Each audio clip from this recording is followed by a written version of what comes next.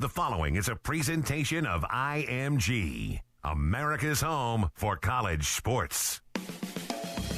Live from Quaker Steak and Lube on US 1 in Edison, this is the Chris Ash Show. Your chance to talk with the head coach of the Scarlet Knights on the Rutgers IMG Sports Network. Tonight's show is brought to you by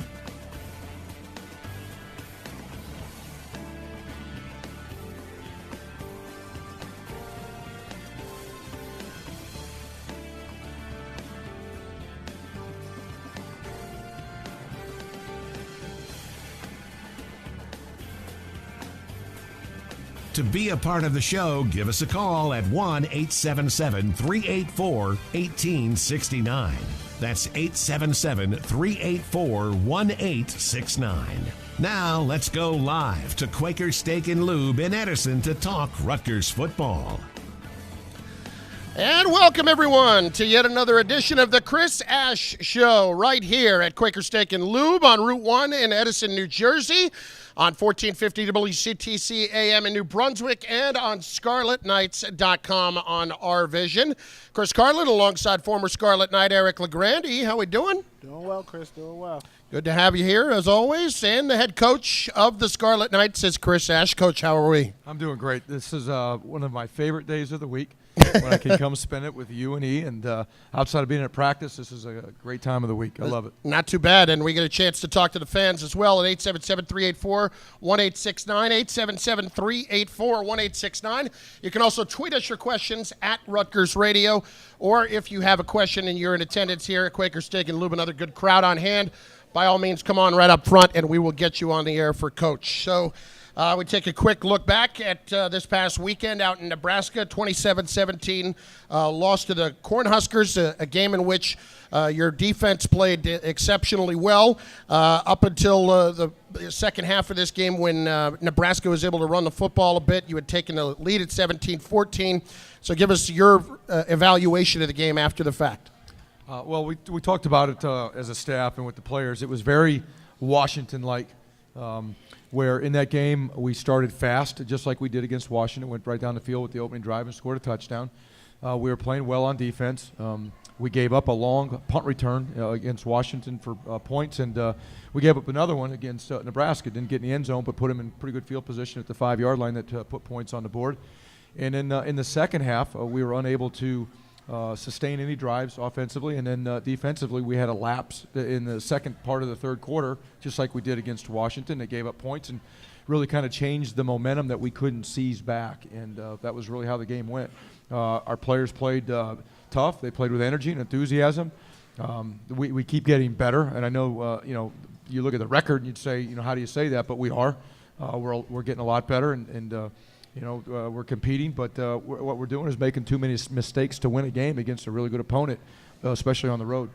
And when you look at those third quarter woes, Coach, how do you go back to working with your coaches and try to fix things and try to not to let them repeat, as you said, that happened in Washington and in Nebraska? How do you work with the coaches and also the players now to try to just try to pick it up so it doesn't happen again? Well, the first thing you have to do is you have to identify what those woes are. What is causing those third quarter lapses.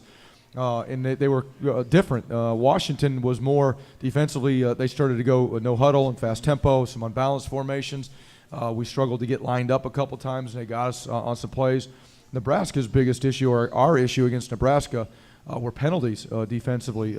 We gave up a 97-yard touchdown drive, and in that drive we had 3 penalties defensively, and they were all on third down that extended the drives, and you just can't do that. And when we did that and we gave up, especially the last penalty, we had them 3rd and 9, incomplete pass, late hit, 1st and goal, touchdown.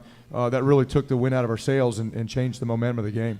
Now, there were a couple of instances in this game where your defense is exceptional, and one of them that comes to mind is first drive of the second half for Nebraska when Kai Hester comes up with a pick 6.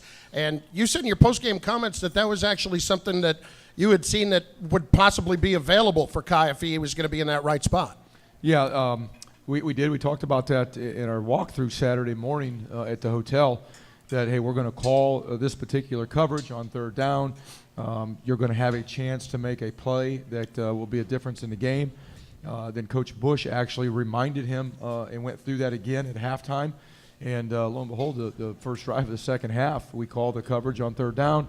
Kai does a great job of disguising his intentions, makes a great play on the ball, and takes it to the end zone. So, we call that competitive excellence.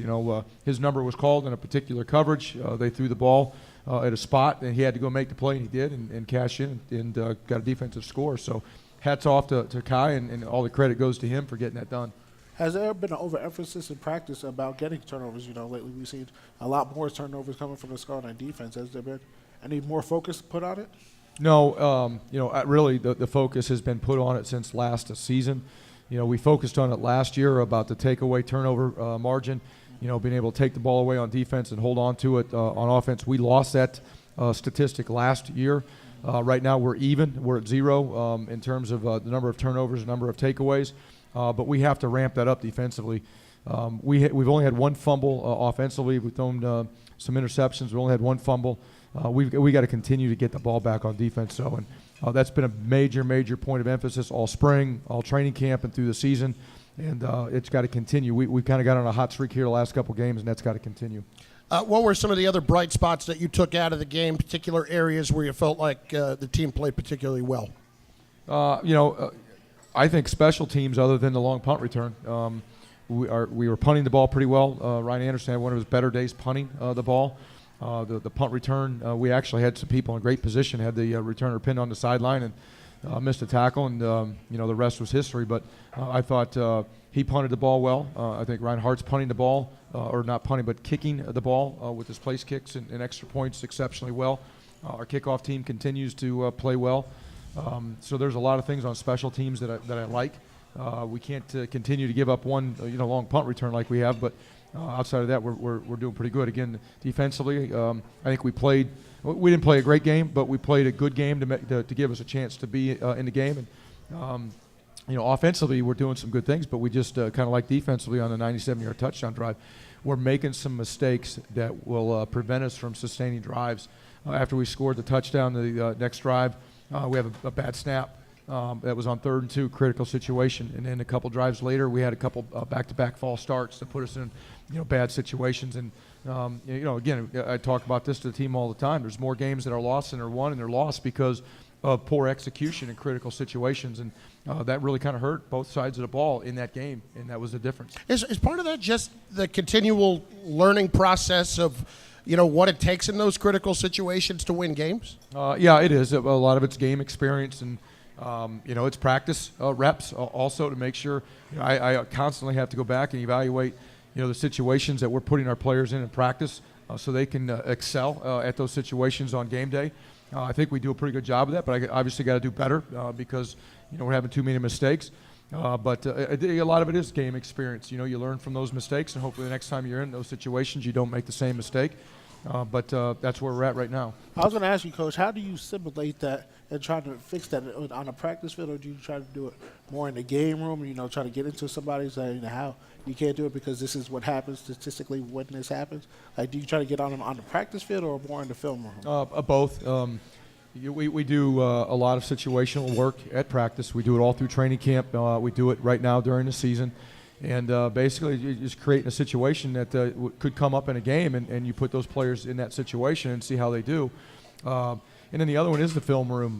We do a deal. It's called Current Affairs, weekly current affairs. And we have somebody go through and make a cut up and pull out clips from other teams around the nation, both in college and the NFL, of situational football, the goods and the bads, how people executed in certain situations or how they made mistakes. And we try to learn from those mistakes that are made on game day by other people, and we go through that at the end of the week on Fridays, each week with the guys. So it's a combination of film room and studying what other people have done and practice. And probably the toughest thing to come out of the game is unfortunately the injury to Blesson Austin, losing him for the year for a torn ACL.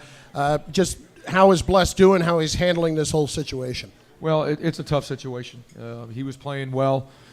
He has aspirations of going on to the next level, and this is a speed bump. It's a bump in the road, and he's going to have to overcome it and get surgery and get back healthy. But he's struggling with it. He's committed himself. He's made a lot of sacrifices to improve himself as a football player. He's a great teammate right now and was playing at a high level. And when you do that, you commit that much time, when it doesn't work out, it's hard. It's very tough. I think today he's dealing with it right now a lot better than he did on Sunday when he got the news. But it'll be a rough stretch for him. Yeah, I saw he actually put up on Twitter or Instagram a checklist of things that he wants to get accomplished, after, during this injury process and afterwards. But now leaning on Damon Hayes, and how much do you have to work with him, get him ready? We got to see him last year as a true freshman, and he's gotten playing time. So how is that, believe helping you with your confidence of putting him in the game now? Well, we have a ton of confidence in Damon Hayes. He's played a lot, and we really consider him a starter on our defense. Coach Henry Baker will be here tonight. He's going to earn his paycheck, so he needs to get out there and get coaching. But no, Damon Hayes is going to be just fine. We love Damon. We love Bless. We love Isaiah Wharton. And Damon will go out and play a high level of football for us, and hopefully he's making plays like Bless did. Our telephone number, once again, 877-384-1869, 877-384-1869. Tweet us your questions for Coach Ash at Rutgers Radio as well. And Coach Baker will join us in just a little bit. We'll talk about the Rutgers corners. Last couple of days in practice, you're coming off of that game in Nebraska. It felt like it was a hot day. It was a kind of game that feels like physically it would take a lot out of the team. So how have they handled that physically? Am I right in even saying that felt like a particularly physical football game? Yeah, it was. It was a four-quarter physical football game, and we knew that that's the way it was going to be. That's the way we wanted it to be. And, if you're in those types of games in the fourth quarter, you've given yourself a chance to win, and that's what it was. But it was hot. It was somewhere around 100 degrees down on the turf at kickoff. But our players have recovered exceptionally well. We did give them a little extra rest and recovery time on Sunday. We normally go out and practice on Sunday. We had a developmental practice for guys that played 15 snaps or less, or were not on the travel roster. So the guys that played significant snaps, we gave them some more recovery time, and they bounced back and had a great Tuesday practice. We had a good practice today.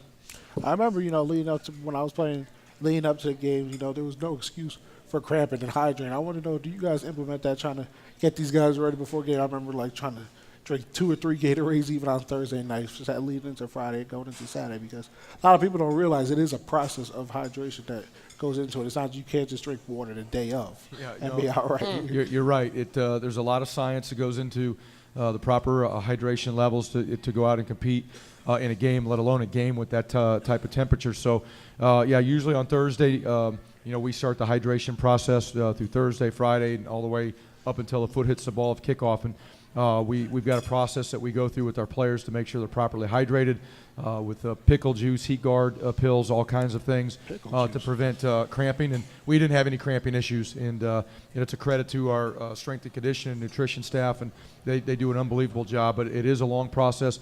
But then after you actually get to kickoff, that process doesn't stop. The in-competition hydration process is just as important, so you can make it through the competition. We will step aside. We'll take our first time out of the night. When we come back, we'll talk more about the Scarlet Knights and their development as through the first third of their season, and also, of course, with the matchup with the Ohio State Buckeyes, which is coming up this weekend at High Point Solution Stadium Saturday night at 7:30. I want to remind you, though, that next week, with the bye week, we will actually have the week off from the Chris Ash Show. So I know it's one of your favorite week times. Off? Are you kidding me? Yeah, well, I know it's one of your favorite times. If you want, Eric and I can... Hasim, did you set that up? Apparently. So if you want, Eric and I can just swing by the office and hang out. No, well, why don't we just meet here and we'll do our own little... Yeah, fair enough. Well, they will be doing a men's basketball preview show, and Coach Peichel and Jerry Recco will be along here at Quaker Steak and Lube next Wednesday night, here at High Point.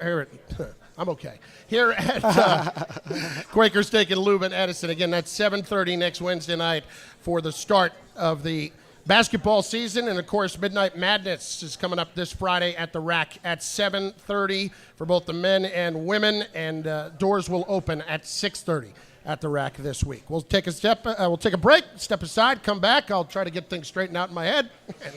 We've got more to do. A little bit. A little bit. Don't flinch. I don't know what it's about. Anyway, we'll talk more about Rutgers preparing for the Ohio State Buckeyes this coming Saturday. This is the Chris Ash Show.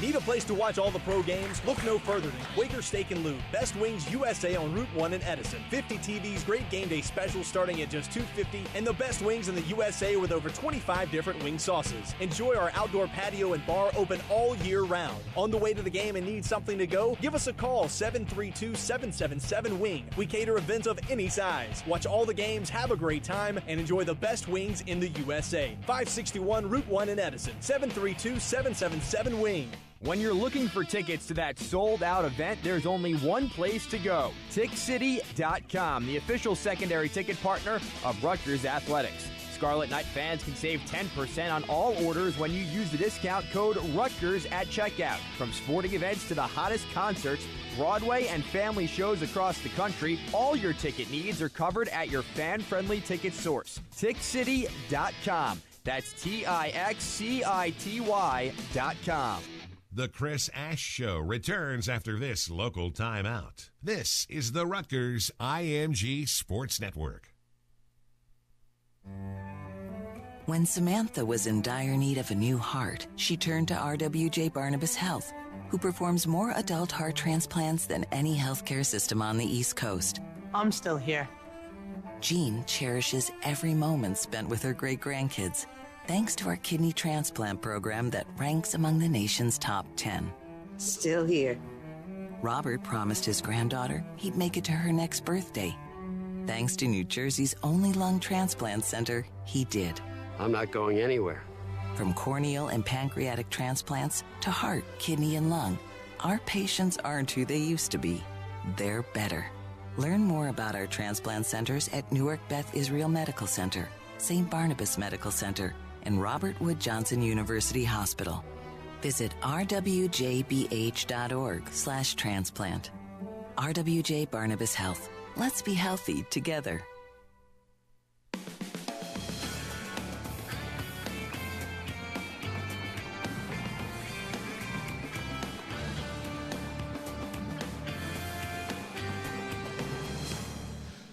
We have returned to Quaker Steak and Lube on Route 1 in Edison for this week's edition of the Chris Ash Show. Welcome, everybody, as Rutgers takes on Ohio State this coming Saturday night. And we've got our first question in person here. It's our old friend. Just remind everybody, what's your name? Where are you from? Jim from North Brunswick. How are you, Coach? I'm doing great. Coach, my question involves deception plays. I don't think we've seen that many deception plays, reverses, and the like up till now. Or is it something we might see more of as the season goes on? I can't give away all our secrets now, right? They're deception plays for a reason, right? You know, it's a good question. We have several on the call sheet, and you know, a lot of times the situation has to be right for you to feel good about calling one of them. But yeah, we do need to get some of them called on game day to try to keep people off balance a little bit and try to pop a big play, an explosive play every now and then. But we have them, and you know, we do need to start to call some. And my second question is, as we approach the halfway point, does your playbook or your call sheet expand or contract? Meaning, do you take plays out that are just not working and fold in and layer in additional plays that you think might have a possible chance of success? Yeah, you do. You do that more on offense than you do on defense. Defensively, your package is your package. You put a few things in, you know, each week based on the opponent you play. And offensively, you really do the same thing. You start with base concepts, you know, what type of an offense you want to look like, what's your identity in the run game and pass game. But then you build off of those concepts each week based on who you play, what their coverages are, what their fronts are. You don't necessarily carry them from week to week because defenses are different. So your package grows. And it may be 3 weeks down the road, you go back to something you did 3 weeks ago because you're playing a defense that was similar. Or, you know, you put in something new for a particular opponent, it doesn't work, you don't ever use it again. So there's a little bit of both. But, it does grow. If you kept running every play the whole season that you put in each week, you would have a huge volume of plays. So we don't do that. But we do pick and choose the ones that we feel fit our personnel and fit the opponent the best. Thanks, Coach. Good luck. Yeah, thank you. I got a couple of questions on Twitter. We'll get to those in a sec, but we do have a phone call, so let's get to Mike in Paramus. He is up first tonight on the Chris Ash Show. Mike, how you doing, bud? Good. How's everybody? Good. We're doing great. Great. Coach, two-part question for you this week. First, both kind of relating with your time at Ohio State. The first question is, this past weekend, Eli Apple, your former player, had a difficult time on Sunday on the Giants, facing the Eagles. Just seeing if you have a relationship with him where sometimes you reach out to your former players and talk about the way that they performed during their time in the NFL. And the second part is, I attended the Tri-State Classic last year where you had Ohio State, Temple, and you had your former boss, Urban Meyer, and Greg Schiano was there. He was treated with open arms, as well as he should. He's a rock star here in New Jersey for sure, and really set us up for the success that you are now falling into. What kind of welcome do you expect the Rutgers fans to give him, and the type of welcoming that you as the coach plan on providing to him as well, knowing of his background here in Rutgers? I got to go back and remember the first part of the question. No, it's good stuff, Mike. Appreciate the call. The first part was about former players. I do talk to a lot of my former players, guys that are either still playing in the NFL or just in business in the real world. But I love to keep tabs with former players, and those relationships mean a lot to me. I do talk to Eli every now and then. I have not talked to him here recently. Not talked to him about Sunday. I don't even know, when you talk about struggling, what happened or what the game looked like, to be honest with you. But I do keep tabs on former players and talk to them as much as I can. In terms of Ohio State coming in and Greg Schiano coming in, I've said this several times. I have a good relationship with Coach Schiano and Urban Meyer, and got a lot of respect for both of them. What Greg did here, not only him but the staff and the players and everybody that's involved with Rutgers, what they did during his tenure here was remarkable, and it was again one of the biggest decision-making in the process. One of the determining factors to make me come here was the success that they'd had, and trying to duplicate that and do it in this league. And I would assume that on Saturday, he'll have some emotions coming back to the stadium as a coach for the first time, a visiting coach, and I'm sure there are a lot of fans that are looking forward to seeing him. But I know the Rutgers loyal, they want to see us win. They want to see Rutgers win.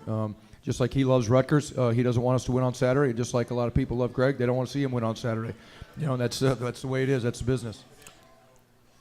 Thanks, Mike, for the phone call. And yeah, Coach, we were talking last week how when you get to see coaches at media day or things like that, you just general talk like, hey, how you doing, things like that.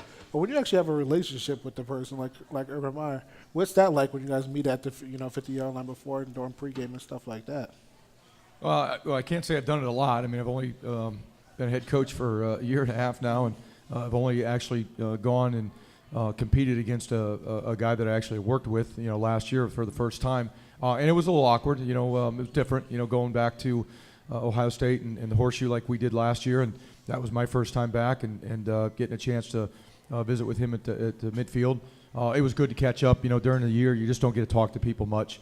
And, for those brief 2 or 3 minutes that we had an opportunity to talk at midfield meant a lot. And it was fun to catch up, and it would probably be the same this Saturday night. But when that time is over, it's on to our team and the game, and we'll shake hands and say good luck and move on. We can also take more phone calls at 877-384-1869, in addition to a couple of Twitter questions at Rutgers Radio, which we will get to right now. Coach, this comes from Stephen Hirsch. With Janarian out this past week, seemed like a time that maybe you might go for more punt blocks. Is that something that you do or thought about doing the other day? How do you approach that when you don't have the weapon that you did in Janarian? Now, punt blocks, a lot of people would assume that if you don't have the returner, you'd go after punt blocks. But, a lot of it depends on what the opponent's punt team is like, and it really comes down to their operation time. Nebraska's operation time with their snapper and punter were outstanding. One of the best that I've seen in a long, long time. And the ability to actually get there and block a punt with their protection and their operation time wasn't real. So we were going to try to hold them up and give our returner a chance to catch the ball and just get whatever we could get. I love Hunter Hayek back there. He's a pretty good decision maker. So we've got trust and faith in him. Obviously, Janarian Grant's a difference maker in both his ability to make decisions and what he can do with the football. But when you decide if you're going to go block a punt, it really comes down to their protection and their operation time as much as anything. It seems like in college football in general, a lot more teams have adapted to that, having those 3 punt protectors back behind the line of scrimmage. Am I right about that? And how much more difficult does that make it to try to maybe block a punt in theory? It does make it a little more difficult, but just like anything else, those things run its course, and I think that's been kind of the fad here in the last couple of years. More and more people are catching on how you can scheme a block against certain protections, and so there are more that happen. I mean, we got one the other day against Morgan State. But, that's kind of the in thing, and it's really about the coverage, because you feel like you got more guys that can get out into coverage with that type of a scheme. And with the 3 big guys back there, you form a shield that you hope can protect the block spot. And it does make it a little bit more difficult. And, with the rules that the NCAA has put in where you used to be able to launch up over the top of the shield, you can't do that anymore. So it does make it even more challenging to block punts against that style of punt protection. And as you mentioned, Janarian Grant, now coming back, can we see him in a full role, on special teams, on offense, to all the things that he does. He does a multitude of things for for you. So can we see him in like a full role this week? That's still to be determined.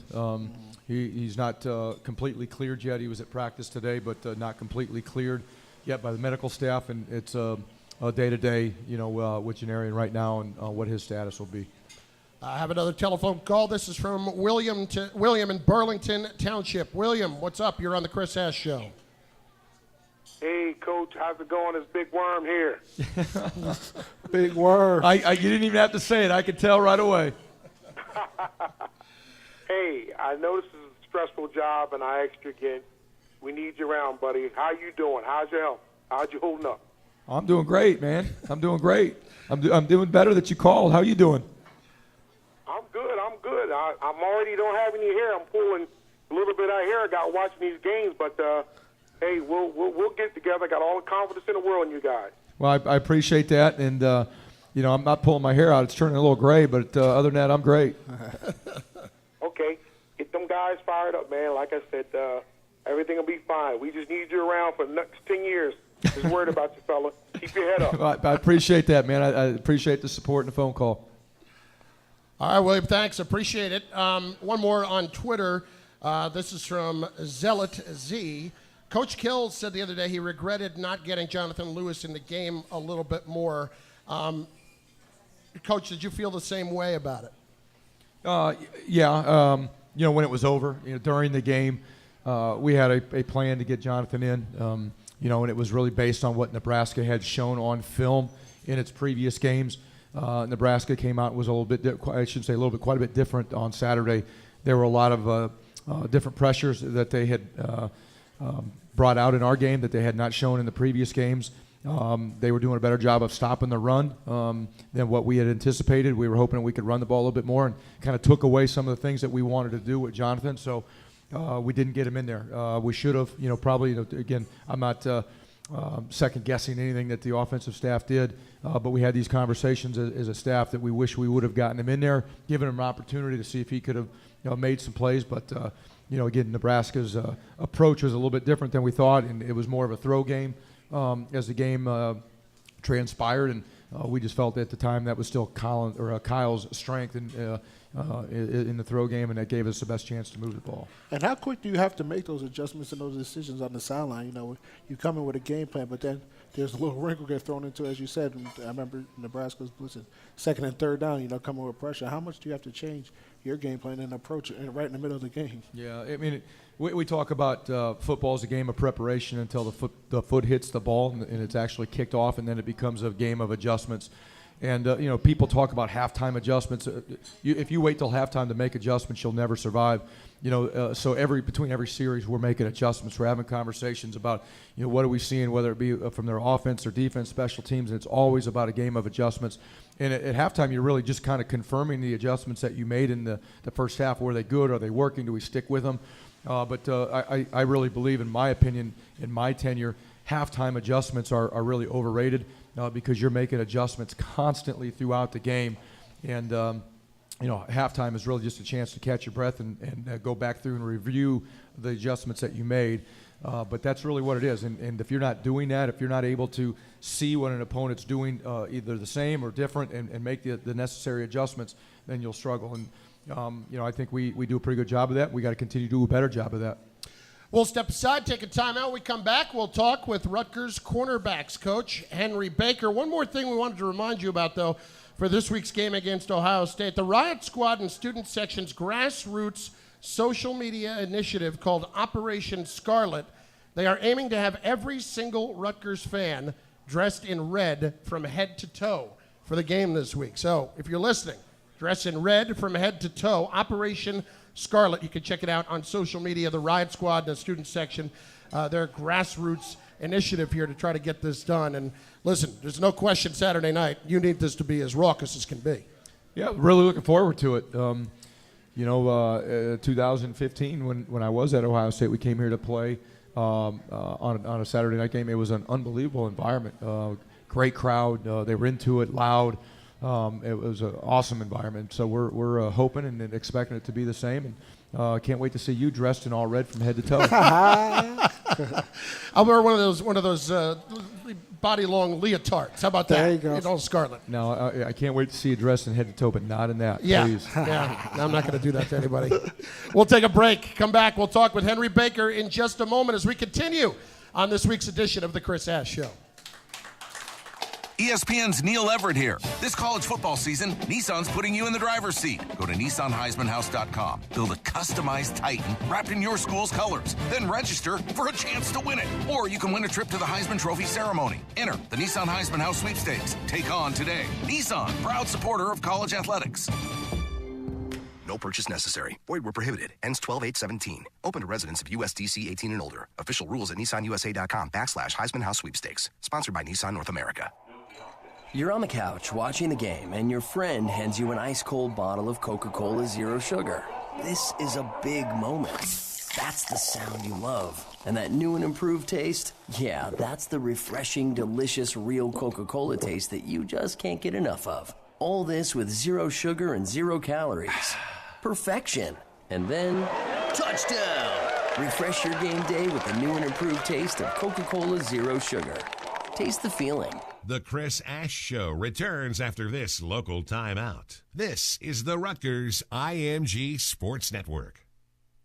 Need a place to watch all the pro games? Look no further than Quaker Steak and Lube, Best Wings USA on Route 1 in Edison. 50 TVs, great game day specials starting at just $2.50, and the best wings in the USA with over 25 different wing sauces. Enjoy our outdoor patio and bar open all year round. On the way to the game and need something to go? Give us a call, 732-777-WING. We cater events of any size. Watch all the games, have a great time, and enjoy the best wings in the USA. 561 Route 1 in Edison, 732-777-WING. You couldn't miss that wedding, birthday party, or whatever event you felt obligated to attend. So you missed the game. And more importantly, the game program. Not to worry. IMGProducts.net has got you covered with official programs and yearbooks from many of the nation's top schools, plus conference and NCAA championships. Visit IMGProducts.net to browse the hundreds of publications available. IMGProducts.net. We've got you covered.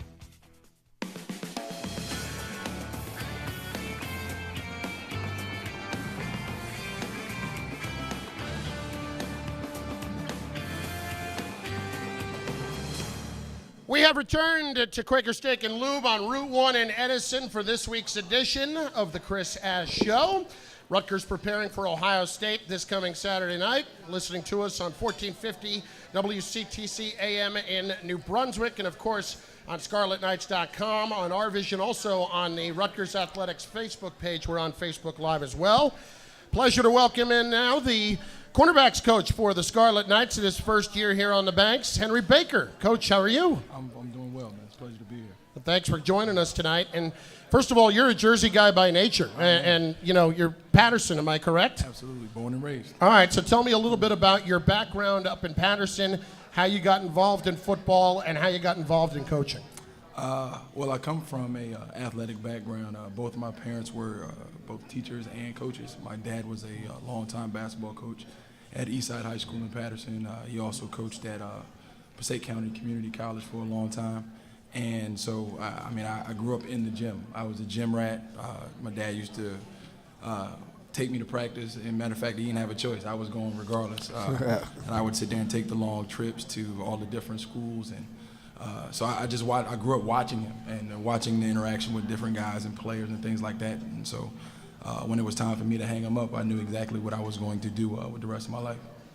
And as you get in, being a Jersey guy, how is it, being able to coach right here in your home state, the State University? I know you were down in Delaware for a little bit, but now being up here, what is that like? Your home is right in your backyard. I mean, it's great. I mean, I grew up, like I said, 45 minutes north of here, and then I still have people who I consider to be family still living here, and longtime friends still living here. So for a long time, a lot of people have supported my career and where I've gone and the different places that it's taken me. And now for me to be able to come back home and actually have an opportunity to be able to coach and do some things in front of them where they can get a chance to come see and watch is special. So when Coach has hired me, it was a great opportunity, and I've loved it ever since I've been here. You were down at Delaware for 6 years, if I'm not mistaken. Yep. Special teams 1 year, corners the rest of the way. Correct. Where did you develop the most as a coach at a high-level program in 1AA? Well, a lot of my style of coaching has to do with how I played. What I am a firm believer that the life that you live is really not your own. So every experience that I've had as a player, I've tried to use that to coach my guys. And every experience that I've ever been through, I think that's one of the advantages to being able to play the position and then now coach it. I can kind of guide them in terms of what it looks like, how it should look, what they feel, and so it's a kind of a relationship back and forth between me and my guys. And I've had opportunities to work some NFL internships. I've had great mentors along the way that I've worked for, either as a GA or just working alongside them in different secondaries. So that's kind of where I've pulled all of it from, to be able to give my guys what I feel like they need to go out there and compete at a high level. And what's it been like developing a relationship with these guys? Defensive backs, they come in with the swag, they talk. Right. You gotta talk. They talk and that talk with the wide receivers, always going back and forth. So what's it been like knowing how to coach? Like a guy like Blesson, a guy like Isaiah. Because everyone ticks differently. But at the end of the day, you gotta have that defensive back swag. Absolutely, and that's the biggest thing. I never wanted to coach robots. The biggest thing is I want everybody to be themselves. Everybody has value. Everybody brings something to the table, and I want them to bring that. I want them to use what the God-given tools that they have. My challenge as a coach is to get those guys to play together and play for one another. It's always, I want a competitive room. I want to kind of cultivate a culture of competition, but at the end of the day, we all wear scarlet. And so, for those guys to be able to pull for each other and at certain times sacrifice certain things for the betterment of the group or for the team or for the unit. I know, Damon Hayes, for example, like Damon wants to start. He's always wanted to start. And Isaiah never wants to come off the field. Bless never wants to come off the field. But when you have three guys who are all starters, you got to find a way for those guys to understand that a rotation between the three of them is going to help them because now they can play fresher. This day and age where these offenses, running 4 and 5 different wideouts on the field, you don't want two corners to sit there and play every snap for 4 straight quarters. So getting those guys to buy into that and understand that, and then watching that relationship grow between the three of them, well, not just the three of them, but the entire room is special. And so that's, that's kind of how, that room has worked, and, that's how, developing a relationship started. But those guys have bought into what I wanted to do, and I've allowed them to be who they are and just trying to get them to understand that we're just one unit. Rutgers quarterbacks coach Henry Baker is joining us in this week's edition of the Chris Ash Show. So give us your initial impressions of some of the guys when you first came in, because you inherited guys at corner that had an awful lot of experience between Bless, Isaiah, and even Damon playing a pretty good amount as a true freshman last year. My impression, I really didn't have any. I did watch some film. Excuse me, when I first got the job, I sat there in the office and kind of just closed the door, and I just watched a bunch of games from a year ago. And I tried to figure out, obviously these guys can all compete at a high level, but what were they missing? What could I bring to them? And so, one of the things that we did first is that I wanted to make them all students. Watching them on film, you can tell that they were out there just trying to go athlete versus athlete and not necessarily playing the position. So I wanted to teach them all how to be students, all how to study. Playing corner is all about angles. So I wanted to teach them angles. and understand that they can take certain things away just by body position. And so we started from ground zero, and we started to make them students. And as they started to understand the angles of the game, understand the position a little bit better, they started to play more and be more productive. And as they started to be more productive, they understood exactly what we were trying to do in that room. And it wasn't just going out there athlete versus athlete. I was sitting there, I joke with them all the time, like, we're not playing checkers, we're playing chess. Mm-hmm. So we want to sit there and be able to take certain things away and bait guys into doing certain things and have an understanding of what's coming next based on how you align and based on how we make them release and things like that. So, my first impression is I wanted to be able to bring something to them. I wanted to be able to give them something. And that's where we started. And what type of coach would you say you are? Are you the type of guy that's laid back, or you are up in your face and you're going to let them know when they mess up and, how to correct it? Or are you just, laid back and then you try to talk to them, bring them off to the side? Well, I'm not laid back. But I'm not an in-your-face, yell guy either. Mm-hmm. I'm trying to teach.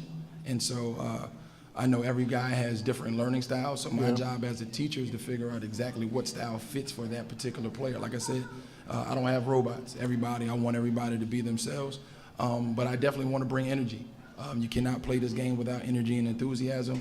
And as the leader of that room, again, I know this is year 2 for Coach Ash. This is my first year, but we're in the process of trying to get this thing turned around. Mm-hmm. So for the most part, I need to model all the behavior that I want my room to exude. So I want those guys to play with a lot of emotion. I want them to come with a lot of energy and enthusiasm. So I have it. And that's the only way that they're going to be able to model it. So, and I tell them all the time, it's a relationship. It's a relationship back and forth. So my job is to make sure that ultimately at the end of the day that they get the job done. And so whatever a particular calls for, but that particular player, that's the coaching style I particularly have. Henry Baker, Rutgers cornerbacks coach, our guest this week on the Chris Ash Show at Quaker Steak and Lube in Edison. With Blesson, he goes down with the injury the other day. What kind of conversations have you had with him as he, tries to deal with this over the last couple of days, trying to prepare him what's ahead in terms of the rehab and everything? Right. Well, first and foremost, it was a tough loss. And then, like Coach alluded to earlier, he was very emotional because, again, he had put a lot into it. He had a lot of goals and dreams and aspirations of where he wanted to go. And so my first job was just to be able to be there and be somebody for him to be able to lean on at that moment. And once he finally, kind of came to grips with it, it was like, all right, now we start back over from day one. My job is to make sure that I keep him engaged, keep him involved. He has a lot of knowledge that he can sit there and be able to pass on to those guys who now have to, kind of replace some of that production that we lost with him, whether it be Damon, whether it be Zane, Campbell, and those guys. So first thing was, to deal with his mindset, to get him ready for what he's about to get into. And then it's still about being a teammate and keeping him engaged and keeping him involved. But at the same time, also making sure that he becomes back a stronger, smarter corner than he was when he got injured. One of the things we talk about in our room all the time is not about what happens to you, it's about how you respond to it. I want a room full of guys who not deal with adversity but respond to it. So we're going to respond in the right way, and we're just going to go back to work. And now that you have Damon now in that starting role, as he said that he's been wanting to be there, now this is his opportunity, to take advantage of. How do you, coach him up, but also you say you don't want to keep the guys out there all game long, so now you got to get another corner ready. In Zane Cable, as you just said, I saw he did come out, and the nickel package a little bit last week. So how do you now go about preparing him now? And he's going to have to, play a lot more snaps. He is, and so, but here's the thing about Damon. It's not that we started preparing him this week to be a starter. Damon has been preparing to be a starter since the spring. He knew he was going to be in the competition, he was going to be in the fight, and he's been that way since I stepped on campus.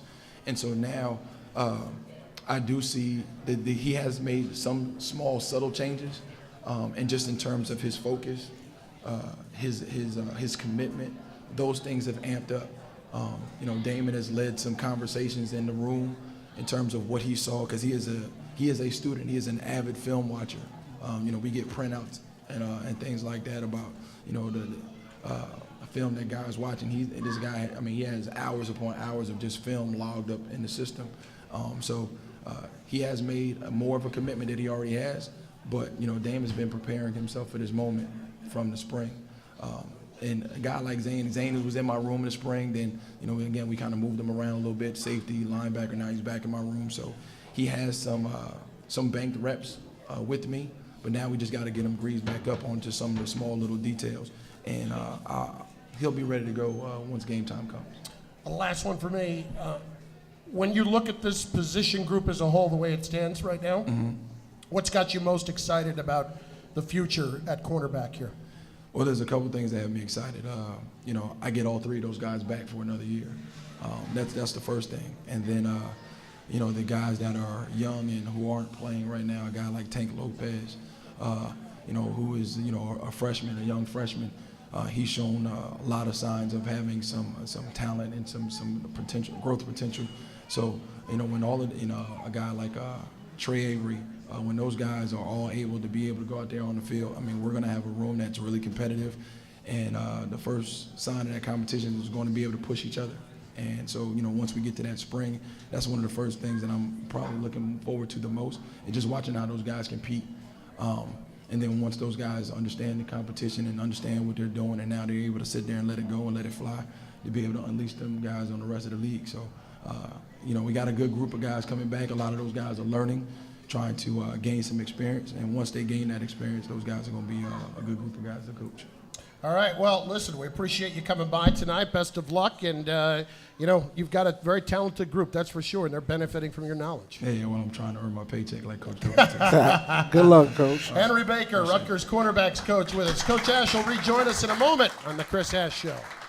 Need a place to watch all the pro games? Look no further than Quaker Steak and Lube. Best Wings USA on Route 1 in Edison. 50 TVs, great game day specials starting at just $2.50, and the best wings in the USA with over 25 different wing sauces. Enjoy our outdoor patio and bar open all year round. On the way to the game and need something to go? Give us a call, 732-777-WING. We cater events of any size. Watch all the games, have a great time, and enjoy the best wings in the USA. 561 Route 1 in Edison. 732-777-WING.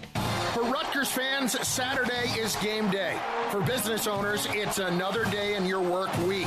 UPS gets that, and that's why they offer Saturday delivery, so you can keep things running smoothly, even while your customers drop everything for the game. Stay on top of your game. Ship with UPS, official logistics company of Rutgers Athletics.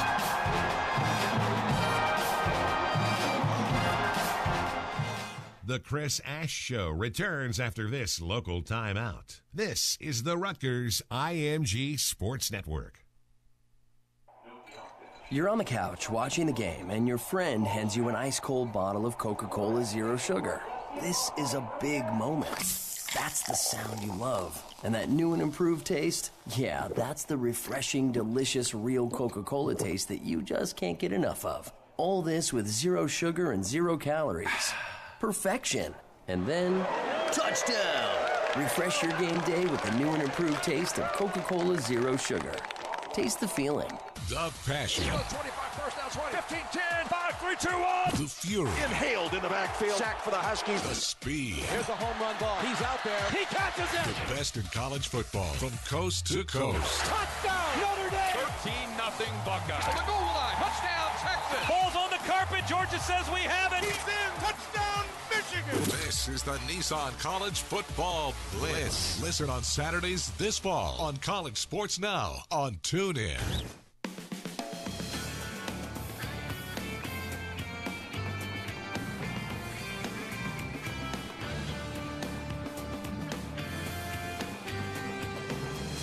Back at Quaker Steak and Lube for the Chris Ash Show here in Edison as Rutgers prepares for Ohio State this week. We've got a couple of questions coming in on Facebook Live to Coach. One from Rick MacArthur. Coach, can you talk about the improvement in the line physically from last year to this year? Yeah, on both sides of the ball, I like the improvements that we've made, especially on the defensive line. I think we are bigger, we're stronger, we do a better job of using our hands. We had some recent injuries, but up until those injuries, I felt really good about our depth also on the D-line. On the offensive line, I feel like we're still a work in progress. We've got to continue to get better. We've had individuals that have played pretty well this year. Collectively, as a unit, though, it's a little bit different. It takes all five to play well together, and we've got to get that done. And the biggest concern on the O-line is the depth. But we are bigger, we are stronger on both sides of the ball. We have probably a little more depth on the defensive line than we do the offensive line right now. Well, you get some experience also, as you said, on the offensive line because, you get some guys that are injured. I know Marcus Applefield was out last week, but what is it like now trying to get those guys all in the rhythm and going? Because, you guys want to run that ball and, start off with that, but you got to be physical and able to do that. Yeah, you do. You've got to be physical, but you've also got to work together. The O-line is really the engine that drives the whole offense, and it only takes one guy to have a bad game to really mess it up for everybody. And it's not necessarily that same way on defense. If one guy gets out of a gap, a linebacker or somebody can make up for it and make it right. But, on the offensive line, if someone has a pass protection bust and cuts somebody loose, you can't make up for that. The guy's going to hit the quarterback, or if someone's supposed to, block a certain guy on a particular run play and he misses it, it may be a TFL. And, we've got to continue to work on the five offensive linemen, playing well together and getting all five of them, on the same, not on the same page, but executing their responsibility every play and doing it consistently. Because, if the left tackle has a mistake on one play and then it's the right tackle the next, and then it's a left guard, then it's a right guard, then it's a center, before you know it, you got a lot of mistakes to add up. Another question from Twitter. Coach, can you speak to situations where it's better to have a big back like Gus versus a smaller back like Rob? In other words, the different situations where you prefer to have each guy.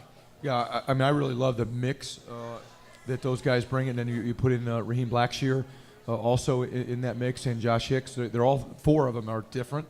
They all bring a different element, whether it's size like Gus, whether it's tough running, like Rob does, whether it's speed or whether it's change of direction. They all bring something different, and I really like the balance of all of them. And you want to use them in different situations, and a lot of it depends on what the defense is, what the opponent's defense is doing, what their strength is. Do we need a big back because they're big and physical on the O-line or on the D-line, and they've got big linebackers, or is it a space game and we want to be able to use some speed and quickness out in space, so those are the things that we look at when we decide, what situation this tailback or that tailback is better. I wanted to ask you one more special teams question, actually.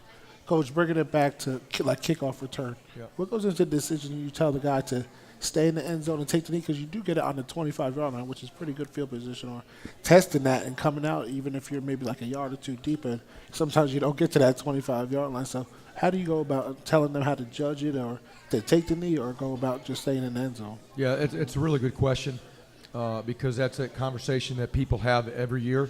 They're having it more and more in the NFL because they changed the rule of the ball being on the 25-yard line. And if you went through the course of the season, your average starting field position was on the 25-yard line, it wouldn't be too bad, offensively. But when you've got a dynamic returner and you feel good about your unit's ability to block the kickoff coverage team, for us, when we've got a guy like Janarian, you're more likely to let him make whatever decision he feels best with in terms of bringing it out, because you have trust and faith that, on every touch that he could break one. And when you've got a guy like that, I don't think you want to have a rule like, hey, if you're, in the end zone or you're in the letters, take a knee. We give Janarian a little more freedom. Now, the other guys, we don't, because they haven't proven themselves yet. So we have a rule that says, hey, you got to sit it down if the ball is caught in this area of the end zone. But, those are things you talk about based on who that returner is. But it's also about who's blocking for him, too. Yeah. Because if they're not blocking for him, hey, you get it in the end zone, take a knee, and we're good at the 25-yard line. Mm-hmm. One more timeout. We'll come back, get Coach's final thoughts on Ohio State this week. You're listening to The Chris Ash Show. When Samantha was in dire need of a new heart, she turned to RWJ Barnabas Health, who performs more adult heart transplants than any healthcare system on the East Coast. I'm still here. Jean cherishes every moment spent with her great-grandkids, thanks to our kidney transplant program that ranks among the nation's top 10. Still here. Robert promised his granddaughter he'd make it to her next birthday. Thanks to New Jersey's only lung transplant center, he did. I'm not going anywhere. From corneal and pancreatic transplants to heart, kidney, and lung, our patients aren't who they used to be. They're better. Learn more about our transplant centers at Newark Beth Israel Medical Center, St. Barnabas Medical Center, and Robert Wood Johnson University Hospital. Visit rwjbh.org/transplant. RWJ Barnabas Health. Let's be healthy together. The Chris Ash Show returns after this local timeout. This is the Rutgers IMG Sports Network. Need a place to watch all the pro games? Look no further than Quaker Steak and Lube. Best Wings USA on Route 1 in Edison. 50 TVs, great game day specials starting at just $2.50, and the best wings in the USA with over 25 different wing sauces. Enjoy our outdoor patio and bar open all year round. On the way to the game and need something to go? Give us a call, 732-777-WING. We cater events of any size. Watch all the games, have a great time, and enjoy the best wings in the USA. 561 Route 1 in Edison. 732-777-WING. When you're looking for tickets to that sold-out event, there's only one place to go. TickCity.com, the official secondary ticket partner of Rutgers Athletics. Scarlet Knight fans can save 10% on all orders when you use the discount code Rutgers at checkout. From sporting events to the hottest concerts, Broadway and family shows across the country, all your ticket needs are covered at your fan-friendly ticket source. TickCity.com. That's TickCity.com.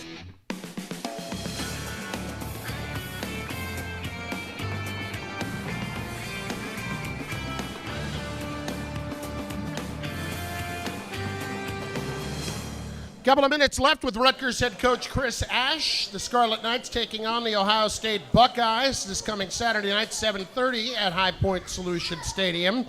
So for those of us who have not seen the Buckeyes this year, or limited somewhat, what do we expect to see? I mean, J.T. Barrett's been around for a long time and a quarterback that has an awful lot of experience.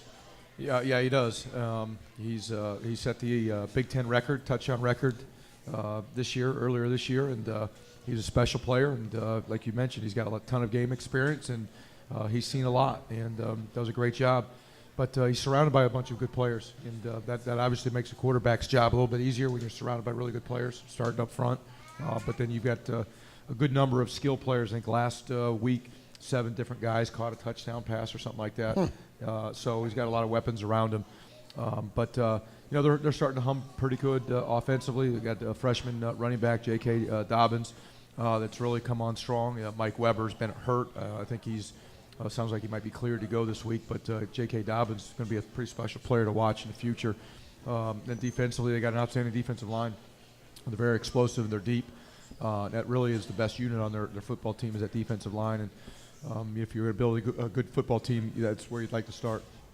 And what do you see out of their new defensive backs? They lost a lot of guys to the NFL last year, 3, I believe, out of 4. So they had to get coaching. I remember was saying how he had to coach up these new guys. What have you seen from their defensive backs and their progression over the past few weeks? Well, it is Ohio State, and every year they recruit pretty good players.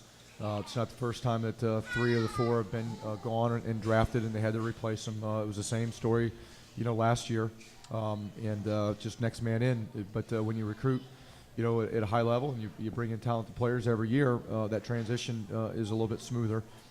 They just need game experience and game reps. And from what I've seen from week 1 to, what is this, week 5 now, there's been a lot of progress made in that unit, and they're playing a lot better. And when you mix that with the D-line, it makes the defense look pretty stout, and that's kind of where they're at right now today. Well, Coach, best of luck Saturday night. I know we're all looking forward to it. It's on BTN, and, of course, you can listen on the Rutgers Radio Network. Appreciate the time. No, thank you, guys, and we'll miss you next week. Yep. We'll make it up. Okay. We'll make it up. I know it's got you flustered a little bit. I'll try to figure it out, Coach. Want to thank everybody involved tonight. Paul Schrager, our producer and engineer, Colin Osborne, Tim DeMartin, as well as Jimmy Gill and Hasim Phillips from the Rutgers Sports Information Department. Don't forget, next week, Steve Peichel will be here with Jerry Recco for the Rutgers men's basketball preview show Wednesday night, 7:30 here at Quaker Steak and Lube. For Eric and the coach, this is Chris Carlin speaking. Have a great night, everybody. We'll see you Saturday night.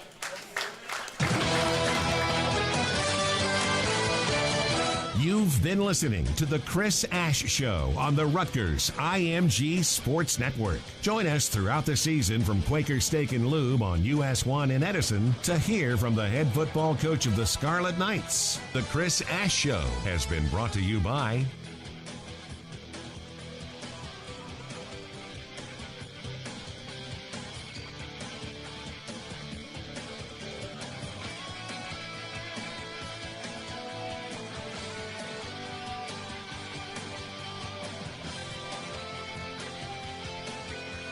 The Chris Ash Show is an exclusive presentation of IMG, America's home for college sports.